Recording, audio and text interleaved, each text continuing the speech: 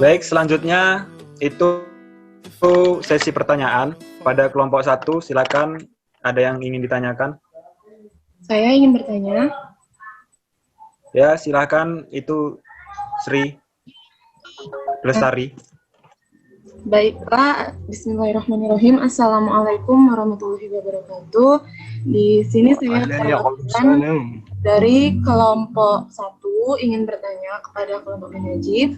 Menurut kelompok Anda atau kelompok kalian, strategi pembelajaran yang mana yang cocok digunakan untuk pembelajaran saat ini? Terima kasih. Ya, kelompok 1 ada yang ingin bertanya lagi? Saya ingin bertanya. Ya, silakan Fitri Anjani. Assalamualaikum warahmatullahi wabarakatuh. Di sini saya perwakilan dari kelompok 1 ingin bertanya kepada kelompok 5. Pertanyaannya, jelaskan implikasi dari strategi ekspositori dalam kehidupan sehari-hari. Terima kasih atas pertanyaan dari kelompok 1. Selanjutnya, kelompok 2, apakah ada yang ingin bertanya? Perkenalkan, nama saya Efra Rahmi Budianti. Saya perwakilan dari kelompok 2. Yang ingin saya tanyakan, jelaskan langkah-langkah strategi induktif. Ya, satu pertanyaan lagi. Oke, baiklah. Assalamualaikum warahmatullahi wabarakatuh. Saya Wahyudi Pratama, IMA 1C31945, perwakilan dari kelompok 2. Saya akan bertanya kepada kelompok penyaji. Pertanyaannya yaitu,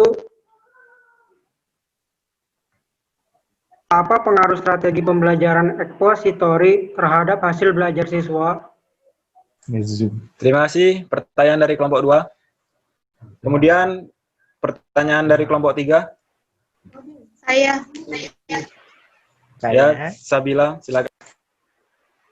Menurut kelompok Anda, strategi pembelajaran apa yang paling efektif di antara strategi-strategi yang Anda jelaskan? Terima kasih. Terima kasih atas pertanyaan dari Sabila. Satu pertanyaan lagi untuk kelompok 3. Saya. Ya, Putri, silakan. Sebagai calon guru, strategi pembelajaran apa yang akan Anda terapkan di tengah adanya pandemi seperti sekarang ini? Terima kasih Putri atas pertanyaannya. Kemudian kelompok 4. Silakan untuk kelompok 4. Ya, silakan Diki. Baiklah, Assalamualaikum warahmatullahi wabarakatuh. Perkenalkan, nama saya Diki Putrana Verlis, NIM 053, perwakilan dari kelompok 4. Di sini saya ingin bertanya kepada kelompok penyaji. Kan tadi ada strategi pembelajaran ekspositori, heuristik, induktif, deduktif, sama efektif. Dari strategi tersebut, manakah yang mampu membantu siswa agar dapat belajar dengan baik, khususnya pada konteks pelajaran fisika dan sains? Terima kasih. Baik, selanjutnya satu pertanyaan lagi untuk kelompok 4. Saya. Ya, silakan Siti Rohana 123. Pertanyaannya yaitu, bagaimana upaya tenaga pendidik agar bisa menerapkan strategi pembelajaran dengan baik? Jelaskan. Terima kasih. Terima kasih untuk kelompok 4. Selanjutnya, pertanyaan dari kelompok 6. Saya Esther Claudia. Ya, silakan Esther. Di tengah pandemi ini kan sistem belajar mengajarnya kan daring. Nah, dari keempat metode itu, mana yang lebih bagus agar membuat anak-anak tidak cepat bosan dan motivasi belajar anak tidak turun? Dan apa yang dilakukan guru? Terima kasih pertanyaan dari Esther. Selanjutnya, satu pertanyaan lagi. Saya. Ya, Fadira, silakan. Baiklah, perkenalkan nama saya Fadila Insani Putri, NIM A1C3 19061. Di sini pertanyaan saya yaitu, bagaimana langkah-langkah yang tepat untuk melakukan strategi pembelajaran ekspositori, heuristik, deduktif, dan induktif di saat pandemi sekarang ini? Sekian, terima kasih. Wassalamualaikum warahmatullahi wabarakatuh. Terima kasih atas pertanyaan dari kelompok 6. Kemudian pertanyaan terakhir dari kelompok 7. Saya. Assalamualaikum warahmatullahi wabarakatuh. Perkenalkan, nama saya Dedek Darmatiara, NIM A1C3 19043. Ingin bertanya kepada kelompok penyaji, sesuai dengan judul presentasi kelompok, yaitu tentang beberapa strategi dalam pembelajaran. Nah, yang ingin saya tanyakan, dari beberapa strategi tersebut, menurut kelompok kalian, manakah strategi yang lebih tepat dan lebih cocok sebagai seorang mahasiswa, khususnya di program studi pendidikan fisika ini? Dan apa alasan kalian memilih strategi tersebut? Terima kasih. Wassalamualaikum warahmatullahi wabarakatuh. Terima kasih atas pertanyaan dari Dede. Selanjutnya, satu pertanyaan lagi. Nadia, Siwa yang nanya. Ya, silakan Nadia. Assalamualaikum warahmatullahi wabarakatuh. Saya dari kelompok 7 ingin bertanya pada kelompok 5. Saat ini Indonesia bahkan di dunia sedang terjadi pandemi COVID-19 sehingga dunia pembelajaran yang biasanya dilaksanakan di sekolah ataupun kampus secara offline harus diganti secara online dan dilakukan di rumah. Nah, pertanyaan saya adalah, menurut kelompok 5, bagaimana strategi pembelajaran yang tepat dan bisa dilakukan bagi anak berkebutuhan khusus atau ABK, khususnya anak dengan hambatan intelektual atau tunagrahita di masa pandemi? Terima kasih. Baik, terima kasih atas semua pertanyaan.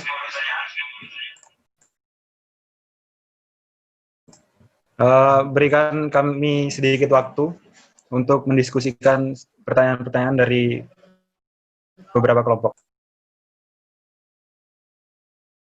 Baik, dari kelompok kami sudah diskusi.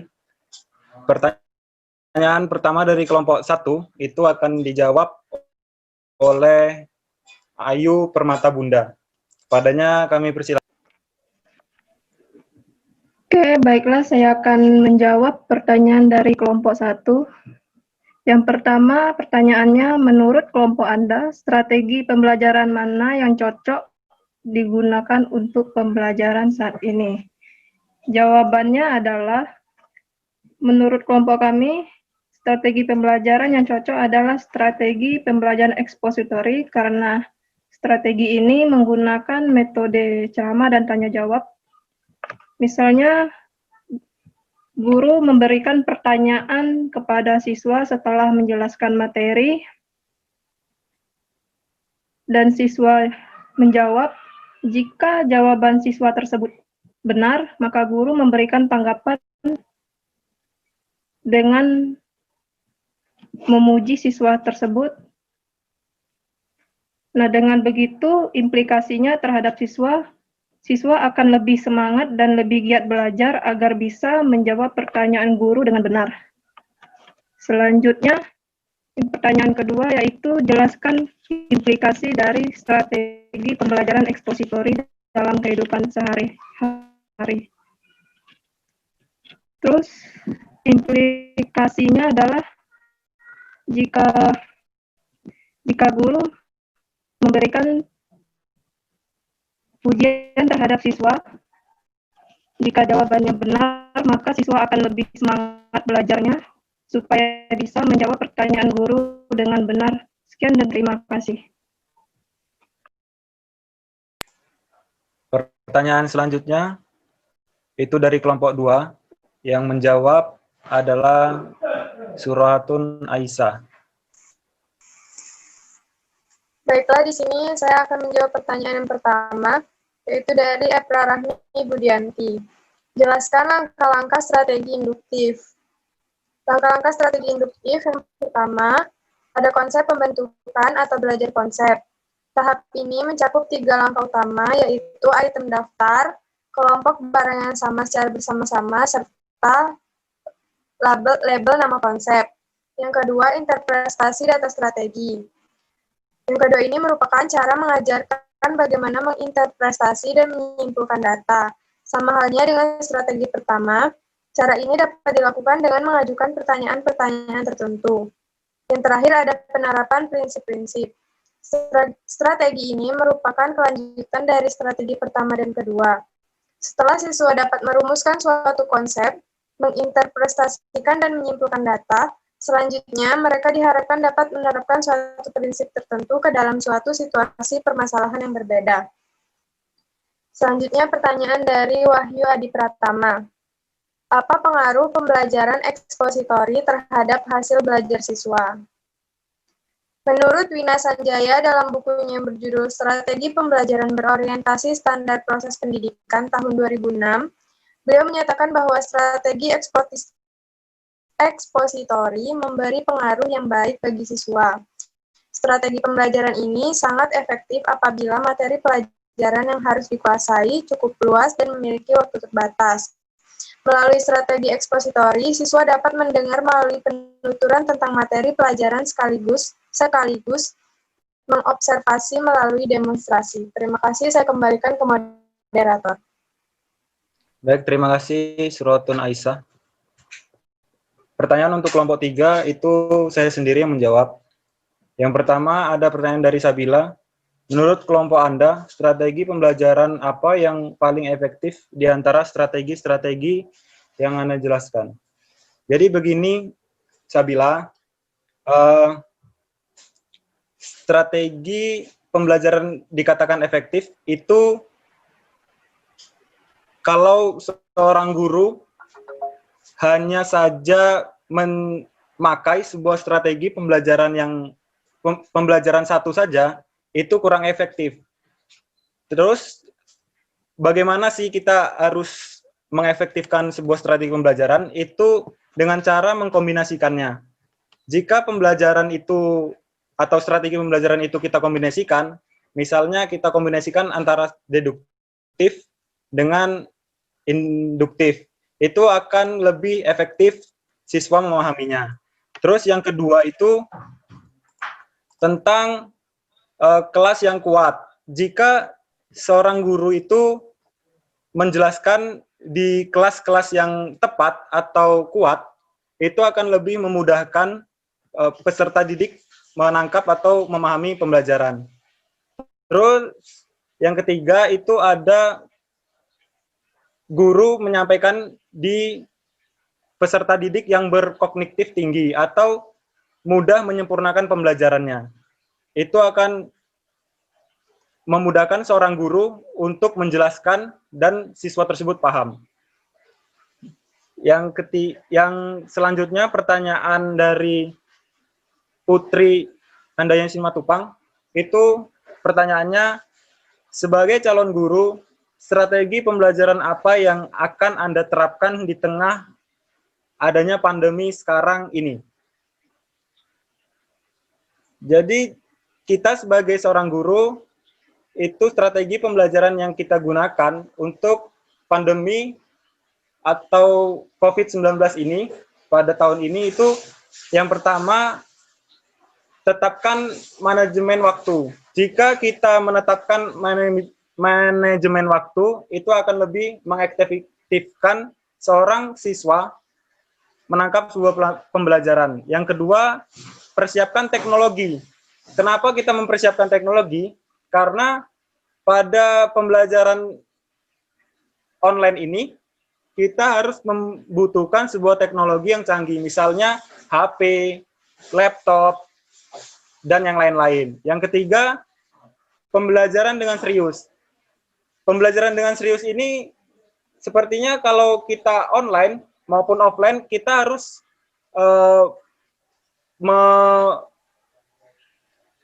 memperlihatkan bahwa guru bisa mengatur siswanya untuk belajar dengan serius. Yang keempat, jaga komunikasi antar pengajar dan teman satu kelas. Mengapa kita harus menjaga komunikasi? Karena kita melibatkan di era teknologi yang sangat canggih ini. Kita harus menyesuaikan diri untuk terus berkomunikasi tanggap dengan pengajar ataupun teman yang lainnya. agar kita tidak atau menghindari kesalahan pahaman.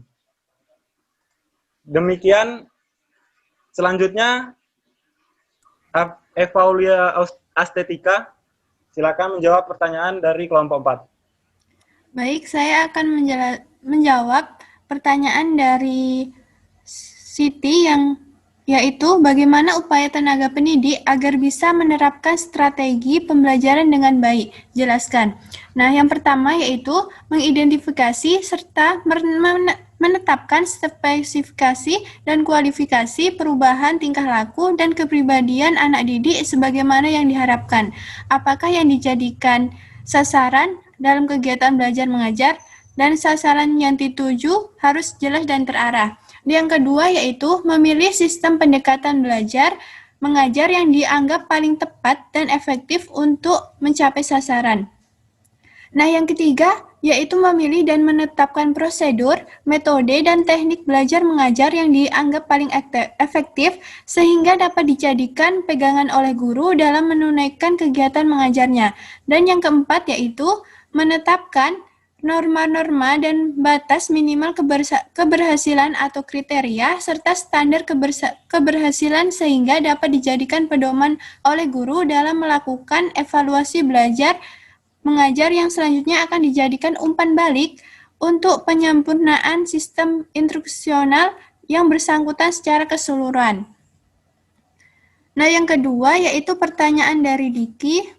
Menurut kalian, strategi pembelajaran yang mana yang paling efektif serta mampu membantu siswa agar dapat belajar dengan baik, khususnya konteks pelajaran fisika dan sains?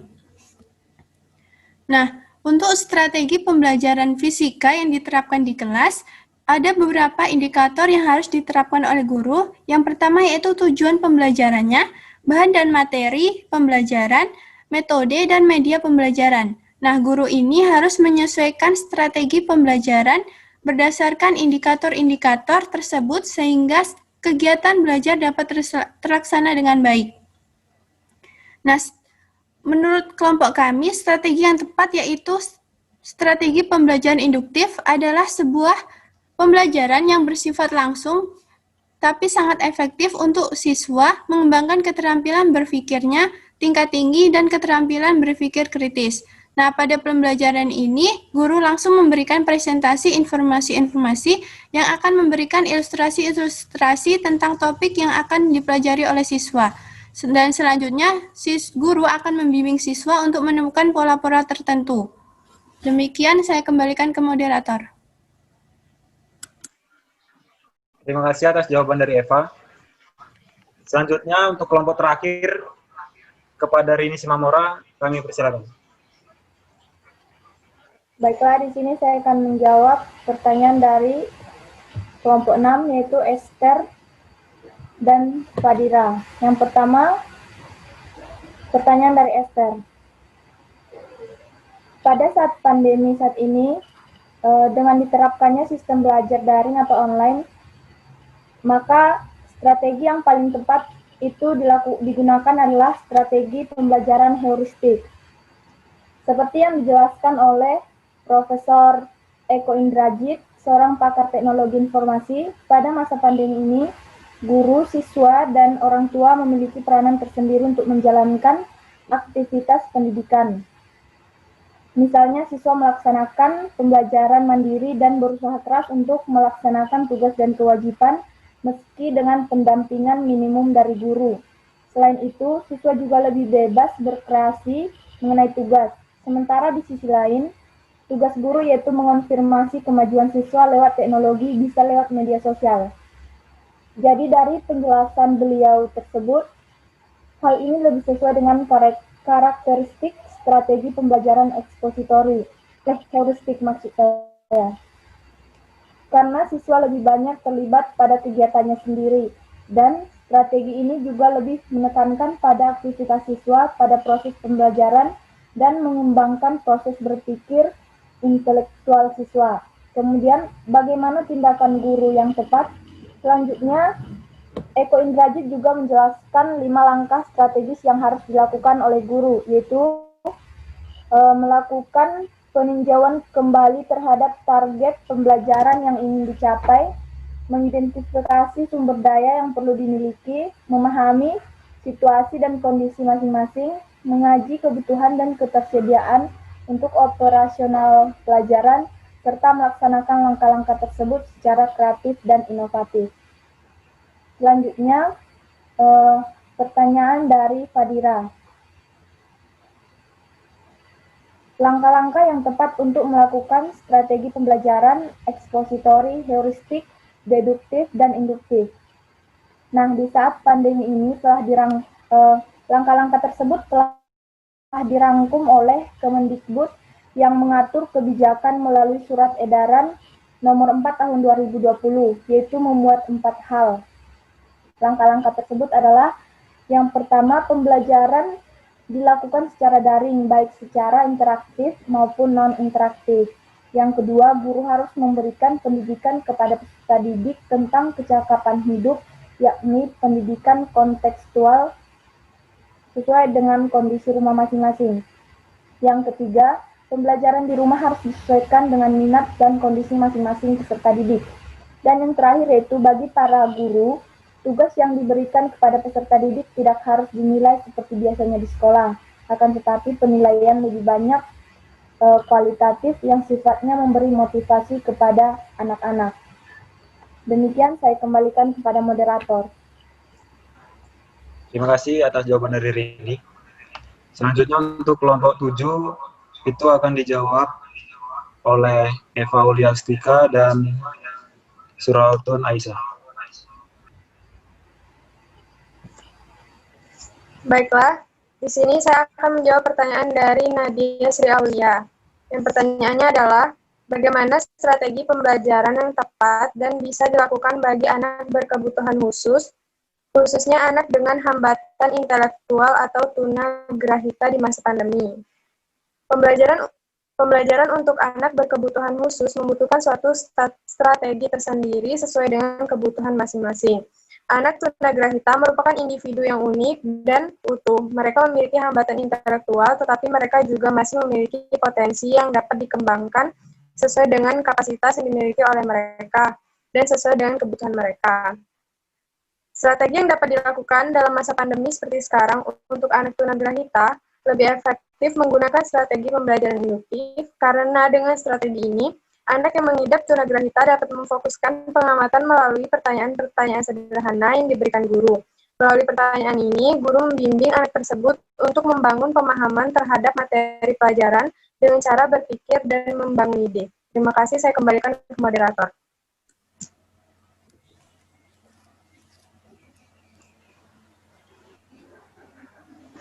Baik, pada Eva. Baiklah, saya akan menjawab pertanyaan dari Dede, yaitu tentang strategi apa yang digunakan yang cocok untuk, yang tepat untuk mahasiswa khususnya di pendidikan fisika.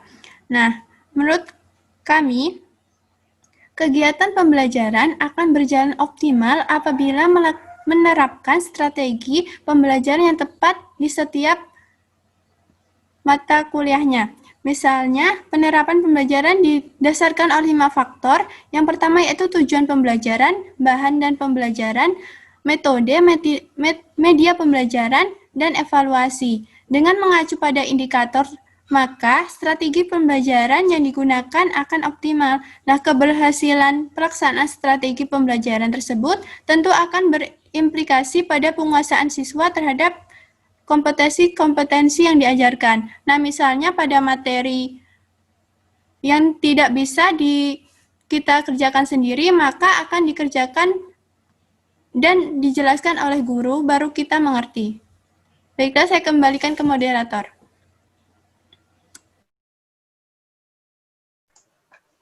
Baik, itu adalah pertanyaan dan jawaban yang kelompok kami sampaikan. Apakah ada ingin menyanggah atau memberi saran?